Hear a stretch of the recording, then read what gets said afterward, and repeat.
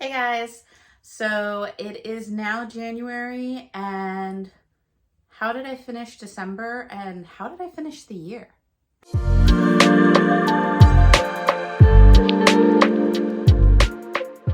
Hey guys, if you are new here, welcome to the Book Path. I'm Nicole, and if this isn't your first rodeo, thanks for sticking around. So just like it said, December finished. How did we do? I figured I would go over the last books that I read for the month for the year, and then give you a little bit of the stats to see how I did for the year. And this way we actually have some numbers to maybe compete against for 2024. So first up, I went ahead and I read A Fire in the Flesh by, of course, JLA. You know I am a stickler for this blood and ash, a light in the flame. Like, this series, this world is like quickly becoming one of my all-time favorites. I read this one because it had fulfilled the last prompt that I needed for my male character for Magical Readathon for the year in Aurelium. The December prompt was to read a book with fire in the title in order to achieve my basic phoenix flame. My male character can now have the ability of turning into a phoenix. So I did complete this one. This book was a 4 stars. Most of the books in the series have been either 4 or 5 stars. This one I gave 4 stars to because while it is just as good as some of the others, I wanted a little bit more from Sarah being stuck in Colus's palace, right? We kind of leave off. She is now with Colus in his kingdom. That's not going to be too much of a spoiler because I'm not saying what happened to lead up to this. But I was expecting a little bit more, and it kind of didn't paint Colus out to be the villain that we've kind of been led to believe him to be. If that makes sense, I have no idea. From the series so far, that was a little underwhelming. I'm not gonna lie. I wanted a little bit more, like, for him to be a little bit more villainous. You wanted to like dislike him more. And while he did things that were, I guess, what is the term now? Cringe. I'm so old. But they were like uncomfortable in some situations. Like, he wasn't necessarily like the worst I have seen in a book. I did like the kind of communicating through their dreams between Sarah and Nyktos. Obviously towards the end it got a little bit better. The way that it was gearing up towards the end, it was really interesting. It felt like the whole book was kind of gearing up to the fact that Sarah's embers are now coming to full power, and with that, her life is supposed to fade out. And so it's kind of this race across the clock, it felt like, for a lot of the book, until it actually got to the end where it was in fact supposed to be the race across the clock. And there was just all this time for her to like talk to people and talk to Nyktos. And then there was a spicy scene because apparently there was time. I mean, I'm not complaining against the spicy scene, but the fact that it was like time and place, and I'm like, she's supposed to, I guess it's not, but so it was just really interesting, and it just kind of prolonged it when I thought that aspect of it, I didn't feel the race or the rush against time as I had for the rest of the book. So those were kind of the two things that I, had an issue with. But other than that, I thought it was actually really good. It kept going with the storyline. I'm curious to see where it's going to go now, because I felt like the clincher in this one, the pinnacle, if you will, it's going to be interesting to see how you keep going up the mountain on this one to reach, the peak, if you will, of the series, because this one felt pretty climactic as far as Sarah's character and what she's supposed to achieve. But if I know anything from reading the Blood and Ash series and, from reading a lot of her works, she can do it. So bring it on, because I am here for it. I think the next book comes out sometime in 2024, so I will be getting a hold of that to continue the journey for this. But once again, 4 stars, and I did get my Phoenix powers for my male character. So next up was to read a holiday read for my female character in the magical readathon Year in Aurelium, and that was To Visit Wallace's Winter Wanimal Shop, read your holiday read. Now, originally, I think I was going to read The Afterlife of Holly Chase, and I just wasn't vibing with that book. I didn't really feel that I wanted to start reading that. It's not that it's a bad book or anything. I still want to read it. I just wasn't feeling it in the moment. I wanted something maybe a little bit more shorter, something a little bit more, festive for the season, or what I felt was more festive and like adventurous for the season, not so much like Scrooge. So I ended up switching it out, and I read The Nutcracker of Crystal Fall by K.L. Moody.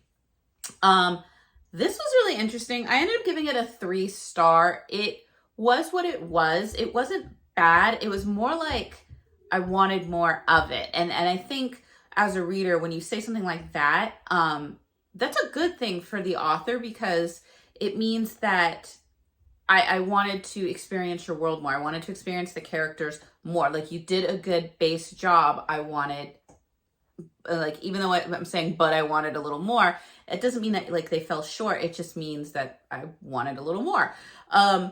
So in this book, it's basically a Nutcracker retelling. So you have Clara, who I think in this book, she has, I want to say like dyslexia, maybe ADHD, I'm not sure, but there is something that is touched upon where she has troubles reading. She says she flips words around, numbers around. She has trouble writing people's names. So her writing and her reading abilities are very low, but she has this great spatial awareness. Like, she can figure out distances and everything in her head because her ability to see the distances and kind of rationalize that in a mathematical way, I guess, is what she excels in. But this is at a time where it's supposed to be, I want to say late 1800s, maybe early 1900s, based on the style of dress and the mannerisms. So that's kind of frowned upon. So her family kind of ignores her. They're just wanting to like push her off. And so they're going to marry her to Fritz, which I think is interesting because, if I'm not mistaken, Fritz is actually Clara's brother in the actual ballet. So they made him kind of the betrothed villain in this one, which it was weird, but I mean, it also kind of worked. So she's at a ball. They're supposed to be getting married the next day. He does not know she cannot read and has this, this kind of, I guess, problem, if you will, with her reading and writing. Her family's kept it very quiet.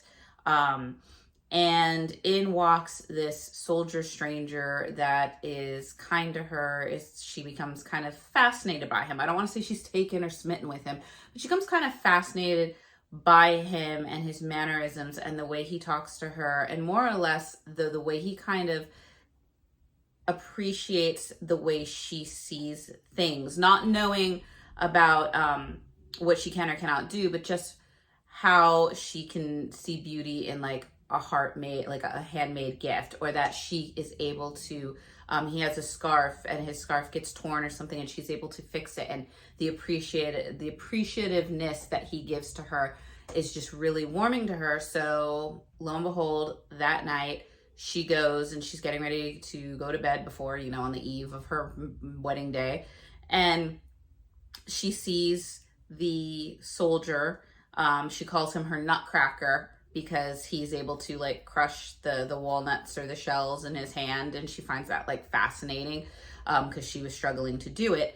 She sees him battling some trolls, and so there's trolls instead of like the Mouse King or the mice or whatever at this point. And she follows him and she helps him, and he takes her into this kind of fae world, which I was like, okay, well, that's an interesting take on the Nutcracker's world. And it went on to where they meet like kind of like the sugar plum fairies of the Fae, and there was this tree that, you know, the basically you find out there's some political stuff going on in the kingdom. There's an like an empress, if you will. There's different kings and queens or leading monarchies of different parts of the realm.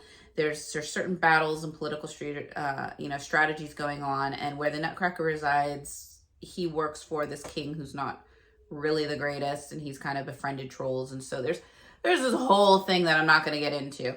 But there's all this kind of drama, and there's a realm where the fairies are and the fairy tree is, and the tree's getting decimated by the trolls, and the tree is what kind of gives the fae life, the fairies life. And so Clara's trying to do try to help her Nutcracker guy, her soldier guy. And you're finding out a little bit more of his backstory, and he doesn't understand why that she's doing things, and she's trying to explain to him it's because I'm a human and this is what humans do. Because in the Fae world, you know, if you say thank you to somebody or if you try to do something without expecting a sort of payment in return, it's weird. So niceties and common courtesies is apparently not a thing in this Fae world. I gave it 3 stars because the storyline itself was very basic, very quick. The problem or pinnacle moment that they needed to get to wasn't like the climax that you were hoping it was going to be. It was very underwhelming. Clara's doing a lot of the work, but even then the work that she's doing isn't like this all out epic battle, whatever. It leaves off for a series, which I'm assuming they said this was kind of like a prequel for this Crystal Fall world. The Crystal Fall world itself I found very interesting. I wish we would have drove more into the world and gotten the background so that you could feel the importance of what Clara and the soldier were doing. But it's enough that I would keep this series on like the back burner, that if I needed a prompt or, you know, if I needed a wintry read or something short, I would go back to the series because the world itself was very interesting. And I would hope that maybe because this was like a novella style prequel, because it was so short, you couldn't get into the things that you wanted to, or she couldn't build the story the way that she wanted to because of it being so short. So I would hope that in the regular novel series, you dive in more and we kind of get everything that we were wanting with the novella. So it was intriguing. It was very light on the spice. It was really just like the being enamored and starting to crush and the falling and then like that kiss towards the end. That's really the spice level in this, which is reflected of that kind of late 1800s, early 1900s time style, Regency kind of, you know, historical romance where it's not the bodice ripper. It just has kind of more of those like, what, you know, prelude to feelings or whatever it is, prelude to a kiss. And this is a YA book as well. So, you know, it was what it was. So it was cute and I finished it. So I finished the December read for that. So with that, my female character was able to adopt a cute baby poof otter. I have no idea what a poof otter looks like. Once we are given the pictures by G over at Book Out Roast of what these look like, I will let you guys know. But it has an otter in it, and I love otters, so it's going to be cute. I'm assuming maybe it's just for whatever reason in my mind, I'm thinking like an otter, but like a loofah type body, like the poofiest body, and then like little feet and whatever. But we'll see. We'll see what happens. But the year in Aurelium is done. I completed all my challenges. I did, instead of 12 books, I did 24 because of my craziness and wanting to do 2 characters. But it is done. We shall see what the Magical Readathon brings forth in 2024. So next up, I ended up reading one of the books that I had been given by the author, and that was No Safe Haven by James Lloyd Doolin. This is the advanced reader copy. I got it about, I think, the same week that the book was actually released back in the end of October. And sadly, it was just with everything going on holiday season, I wasn't able to get it done as quickly as I would have liked. That is not a reflection on the author at all. That was my fault. So I was able to dive into this more. This is the sequel in his Malitu series. This is book 2. Book 1 is the No Heart for a Thief. Both books came out in 2023. No Heart for a Thief, I think, believe it came out in January of 2023. This one came out late October. This, I ended up giving it 4 stars.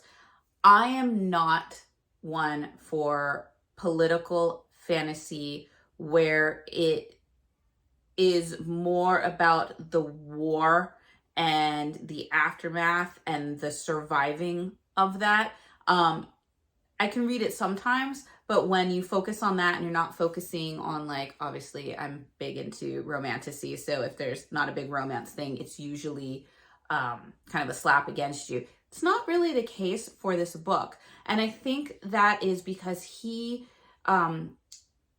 the author has created such a mythological, like, foundation and basis that is so rich that I really, like, I find myself, I feel so bad saying this, I find myself so drawn to the myths and the gods in this more, sometimes more than anything else. I mean, the story is good. Don't get me wrong, the story is good. But I love the gods. I love that they have, like, the 2 moons. And sometimes it gets confusing because he'll be like, and the 2, like, he's regarding the 2 moons and the 2 suns that are, you know, setting and rising. And it throws me for a moment. But it's just so interesting and it's rich. And he has the whole history kind of written out for this world and how there is kind of this war going on that stems from the gifts of the gods, if you will, that is kind of translated down and through the time to be like religion. Basically, it's like a religious war almost, because you have those who are more spiritual, what we would maybe call like the more pagan traditions, and they have, some of them have elemental abilities, and they're called like dancers. And I thought that was a beautiful way of putting it too, because they did feel like Avatar, where you're bending the elements and working with them in this very kind of, you know, elemental dance, if you will. And I loved that aspect. And then the thief was created in order to, you know, put balance in the world, because some people had the powers and other people did not. And so the thief was able to find crystals and gave to the people that don't have powers to basically take the powers from those who don't. And of course, now I think they're called the Goosh or the Gaush. I can't pronounce it.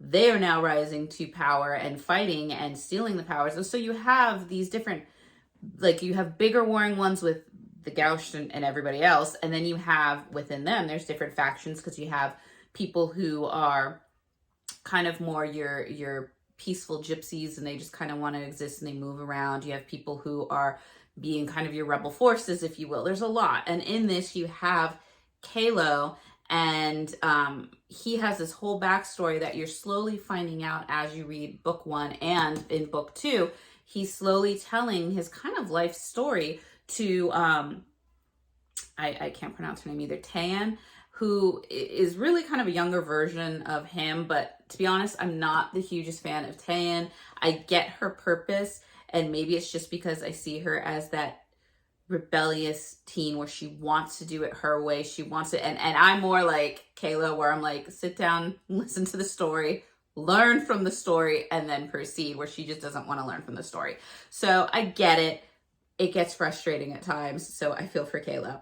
But then at the same time, I feel like Kalo is holding back for fear of stuff that's gone on. And we haven't hit the apex of Kalo's story. We've hit part of it. I think we're hitting the beginning of where everything started to take a turn with why he ran. I do feel like, because you meet one of the characters that was kind of growing up alongside Kalo, you kind of, for me, it felt like you were getting the beginnings of his villain rise to villainy part towards the end of this, which was really good. You didn't see a lot of Nyx in here, who was kind of this soldier that you met up with towards the end of book 1. And I wanted to kind of see more of her, because I felt like she had this very tough attitude, and I wanted to see how that would play while they were kind of held prisoner. But that's basically what the story is they're held prisoner. And I felt like this was if you watch a show or you read a series, this was like not necessarily the filler, but it was kind of the pause or the calm before the storm, because it was very calm. Like, even though Kayla's retelling a story and there is kind of like some action packs and sequences and some fighting and training and things in there, a lot of this book was them in this kind of prison area, or this, you know, the rebel base or whatever it is, have you, and a lot of training and a lot of teaching and a lot of discussion. And it felt like it was that sort of calm and buildup where you're just going to get your information. Like, it wasn't an info dump because you didn't get it all at once. You were getting it over the course of this book, but you were getting all the information you need in a way that's building it up to where I have a feeling in the next book or the books to come, like all hell's going to break loose, you know, like that kind of feeling. So I, you know, as far as like what they're doing, I felt like No Heart for a Thief was maybe more action packed in the way that there was movement, like physically. Kayla and Tayan are moving, they're on the move, and they're discussing things, and there's training. Whereas this one is more like stationary because it's all in one location, so one camp. The other thing that I liked about this was the overall theme to me was balance. Finding the balance, keeping the peace, if you will, understanding that there is a balance, because I felt like there were a lot more kind of almost philosophical discussions about balance, you know, about good and evil, about, you know, taking life and bringing life, about using the elemental powers to either grow or to destroy. So it was all about this balance, and I really kind of loved that. I mean, I don't know if that was the main focus. It just came across to me that way, but I really enjoyed it. So I will be looking forward to the third book. Like I said, I'm wondering if all hell's gonna break loose. I like the fact that, like I said, I felt like we were getting a villain or a origin story with one of the characters later on.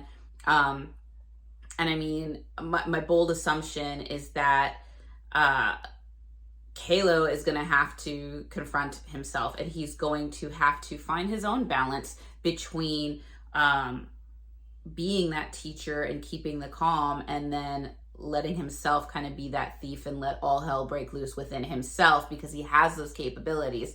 And I feel like that might be something, like that's Kalo's kind of underlying thing throughout this story. So I'm waiting for that, because now he's got somebody that I think is going to be almost his equal, and there's going to be that emotional bond between them that causes the hesitancy and everything. Your ultimate frenemies, if you were. I still want to see a little bit more of Nyx, because like I said, I liked her, and I liked kind of what she was trying to protect in this book, and it showed a little bit more of the heart and compassion that she is capable of having. And with Tan, I am hoping that she will finally listen. And if she listens and becomes the better version of Kalo, and she starts being like the hero of the story, then fantastic. I am still curious to see what has happened to the other people that Kalo was growing up with, because that has not been touched upon. So I'm hoping in the next book we will finally get the rest of Kalo's story. But yeah, I've been enjoying this series. Like I said, I'm not really into political fantasy really at all. And there's politics and war and religious basis for a lot of this. But with that mythological underworld, I love the fact that he started going into the mist realm and talking to the thief and the spirits, if you will. That was great to me. I loved that. So yeah, all in all, 4 stars, was able to finish it. So thank you to the author, James Lloyd Doolin, for not only getting me on the new series that is very different than anything I would have picked up. And for always having, I've seen the cover for book 3, and it's stunning as always. These beautiful kind of almost watercolory colors that he chooses is fantastic. So hopefully I will be able to get my hands on a copy for the 3rd book and keep you guys in the know for this. But if you are a political fantasy person, if you are a high fantasy person, if you like like I said, if you are liking Avatar, Last Airbender type qualities where you have these elemental abilities working with them in a fighting type, and surviving, then this is definitely going to be a great pick for you. I know that No Heart for a Thief is up for the Spiff Bows. I don't know how it's doing. I haven't been tuning into that, but best of luck to James Doolan for this. And I can't wait to see the next one. After that, I read my final book for 2024, and that was our challenge accepted pick for October and November. I got caught up, and that was Shadows and Magic by Helena M. Craig. This was suggested to me by W.A. Edwards, so thank you for the suggestion. I ended up giving this book 3 stars. It was what it was, and once again, that wasn't necessarily a bad thing. This was a YA book, and I felt like this was one of the ones that was on the younger scale of YA. I feel like YA has kind of become this big spectrum or umbrella, and you have YA that is almost new adult, like think like Cassandra Clare and things where there is more spice, there is more kind of adult themes to it. And then you have YA that's more towards your middle grade, a lot more innocent things. I'm trying to think of what I have. I don't have a lot of that. So, but you have like the YA that's more towards your middle grade, a lot more innocent, a lot more kind of coming into your own. And then you have kind of like your mid, like it's YA. Like there's a little bit of the flirty and the kissing and the making out and the teenage drama, if you will. And I felt like that was this book. So I think it was perfectly geared for YA. I would shift it a little bit more towards the younger side just because there's not a lot of spice in it. Like there is like little kissing, but it's not like very descriptive. There is like one scene where there may or may not have been making out or touching, but it, once again, it's so nondescript that you're questioning what actually happened. There is, I think, maybe a few language things, not so much, but it was also one of those ones where the drama, if you will, was very much like, if you're young, if you're 16, then this is your world and the drama is pinnacle. Like this is, oh my God, the worst. But now that I'm older, and I think anybody over 23 maybe, 23 maybe because of, in terms of the relationships and the spice and kind of that thing. If you hit 30 and up, the drama, the kind of, does she like me, doesn't she like me, the little nips and things to try to instigate jealous, like you're kind of like where I'm like, this is one of those ones where my younger cousins, if they came to me, or like I understand it now, where if I went to my mom when I was a teen and was like, oh, my life is over, and she's just like, you'll get over it, like I get it now, because that was kind of the thing, but I understand it from, if you were 16, this is like life-altering drama. So like I said, perfectly YA. The storyline was good. The storyline was a really decent plot. You basically have these teens who are finding out that they are half human and half some supernatural creature, angels, demons, witches, anything. And they're coming into their own powers, and they're being guided to come together to form this little kind of band of supernatural halfling misfits, if you will, and become the protectors of humanity in their area, and help wayward ghosts and protect humans from anything that might try to cause them harm, that kind of thing. And I felt from that premise, that's that's cute, that's interesting, I'd go for that. The things I didn't like about it was I didn't feel that there was a lot of character growth, especially between the main two that were supposed to have feelings for each other. Like they kind of stayed the same with their whole back and forth, let me get you jealous kind of like teenage antics that they would do.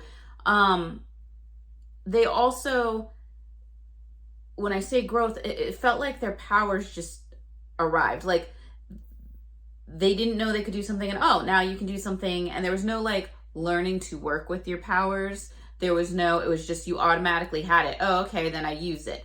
And so there was no training in their powers. They just had it, and then that was it. They also seemed to get whatever power they needed in the moment when they needed it, which I was like, well, that's kind of fortuitous.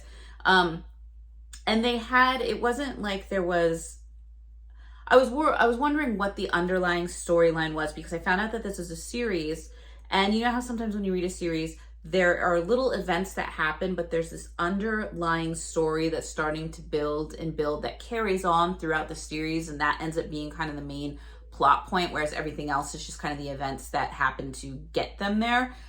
Didn't really get that with this. This one had just different instances of, oh, we're going to help this ghost. Oh, we're going to help this now. And just like, it's one of those, oh, we happen to be here and find this person that needed help. Oh, we happen to be here. And stuff's always kind of going on to where I was just like, there, you could have maybe, instead of had the 4 or 5 instances that they needed to do something, you could have maybe chose like 2 and drawn those out and had there be that kind of growth of powers and growth and understanding and the team kind of coming together, because everybody was just like really cool with each other right from the get-go. And then, oh, okay, we're supposed to do this. Okay, I guess we're supposed to do this. And it was just kind of glossed over and very easygoing. And the other thing that I thought was, okay, well, if you're having all these instances, then they're going to start being really strong. Whereas the main character, he was really strong pretty much right from the get-go. And if you're really that strong, then by the pinnacle, you know, apex climax type of ending that you're going for, why did you need to call in the parents and the grandparents for assistance? You know, there wasn't really a reasoning of, oh, we like, there wasn't like a downfall beforehand to make these, the teens kind of understand that they couldn't do something on their own and had it was okay to ask for help. There wasn't something like that happened. It was just like, everybody needs to be involved because now we're going up against this really big foe that might be the most powerful foe. And then when they did do it, it was very anticlimactic in a way, because once again, whoever needed to have the power developed whatever power they needed to have in that moment without whatever downfall, without, you know, anything. And it just happened. And you're like, oh, yay, they won the day. So like I said, it was a good basis. I just think it needed a little bit more development as far as not having everything come to them so easily. You want them to have just a little bit of a wall to hit up against, because then that's going to help them to grow to be the hero or the superhero force, if you will, that they need to be to go through the series. So, with that being said, that makes it sound like it's horrible. It really wasn't. It was just me nitpicking, right? Which is what I do for you guys. I will hold on to this series. I don't know if it's something I'm going to speed into when I have other books that I would rather focus on. But I will keep an eye on it because, you know, it is a YA supernatural series. It wasn't bad. I'm curious to see how she does develop the characters going forward, because I think there's like 3, maybe 4 books in this. And seeing if it does shy away from that. I also found out that this might have been the author's first book. So obviously with the first book, not everybody, you know, writes like not everybody creates an Oscar-winning movie first go around. There was room for development, and I think that that's probably a good thing with your first book. Like, you want that room to grow, whereas if you write something outstanding the first go around, then I think the expectation for you to keep doing it is probably really tough. But either way, like, I would recommend this book. I would recommend this book to probably anybody between 13 and 17 would probably be the age. A lot of the characters in this are 16, 17. But I think some 13, 14-year-olds, because you're already like in that high school setting, would understand it. And once again, the spice level, I think if they're in high school, this covers like basics. And I think this would be a really good book for people who don't typically like to read. Because the sentence structures are very simple in their structure, very short sentences. Very easygoing to read, not a lot of complexity with the way that it's written and the world that it exists in. I think there's maybe a little bit of mix up because for whatever reason, I thought the story took place in the US for a while until some of the British slang started coming in. And I was like, wait a second. And I had to like kind of go back and do that. So the British slang might trip up some people, but not enough for it to really, get in the way. But I think that, yeah, if you're a teenager and you're looking for something that has like a paranormal thing, if you're into like maybe like Scooby-Doo, I got a little bit of a Scooby-Doo vibe because you have this ragtag group trying to go from case to case to case to help out. And I'm a huge Scooby-Doo fan, so that was a plus. And there is that little tiny bit of romance going on with the different, characters and the different paranormal types, werewolves, vampires, and it's building. It is the basics and it is the building. So, like I said, I do think that this is a good book for YA. It's just sadly, I feel like I am, when it comes to any type of romance or paranormal, I am out of the YA. I'm moving out of the YA. I will deal with some of the higher YA, like the Cassandra Clare, those types of books I will still read because they are more adult in theme when it comes to the relationships. And then as far as some of the fantasy, where it's strictly like more of a fantasy, there are a lot of the YAs that I still enjoy. But as far as any hints of romance, it's probably going to be more towards your higher age YA, new adult. But yeah, so that was what I read for their challenge accepted. Once again, thank you to W.A. Edwards because it was an interesting read. Like it was something that I wasn't aware of, and that's what the challenge accepted jar is all about. So finished that, and that brings us to the end of 2024. So just to give you a quick stats up, because I know this video has been long, that brings us for 2023, I ended up reading 85 books total. I was 15 short of completing my 100 book goal, so we will have to rectify that in 2024. My 85 books, though, did get me a total page read count of 29,410. So that might be the page count to beat if we want to. For 2024, I'm assuming if I get the 100 books, it should be easily done. Majority of my books that I read for 2023, about 75% of them were part of a series. Whether or not I finished the series is another question altogether. I think I added more series than subtracted. My top 3 genres for the year were, in third place, we had paranormal, accounting for about 9% of what I read. Second place was contemporary for 13%. That actually blew my mind until I realized how much contemporary romance I kind of floated around with, and then it wasn't that surprising. And number 1, it should be no surprise, is fantasy with 57%. Now, this is when you do Cawpile by G over at Book Roast, the spreadsheet that she puts out. That is when you have your first genre. This is taking like what you list as your first genre, not as your second. So there's probably, if I put in both of them, fantasy romance was probably what I read the most this year, but that is what it gave based off of your first choice in there. The most read author of this year was, I thought it was going to be JLA. For whatever reason, I thought it was going to be that. And then once I found out who it was, I was like, okay, now that's not surprising, because it was Caroline Peckham and Susan Valenti. And that should be no surprise when I read like the first 2 books of Zodiac Academy. And then I went and read the entire Ruthless Fae series, which I loved. That is definitely one of my more favorite series of all. So that was basically our stats. We will see what we can do going forward in 2024. So let me know if you've read any of these books. Let me know how many books you read for the year. Did you reach your goal or not? And maybe let me know what your goal is. How many books are you looking to read for 2024? Let me know in the comments below. And I hope you guys are staying warm and healthy as we go into this brand new year, and that good things come your way this year. And I will look forward to seeing you guys in the next video. Bye.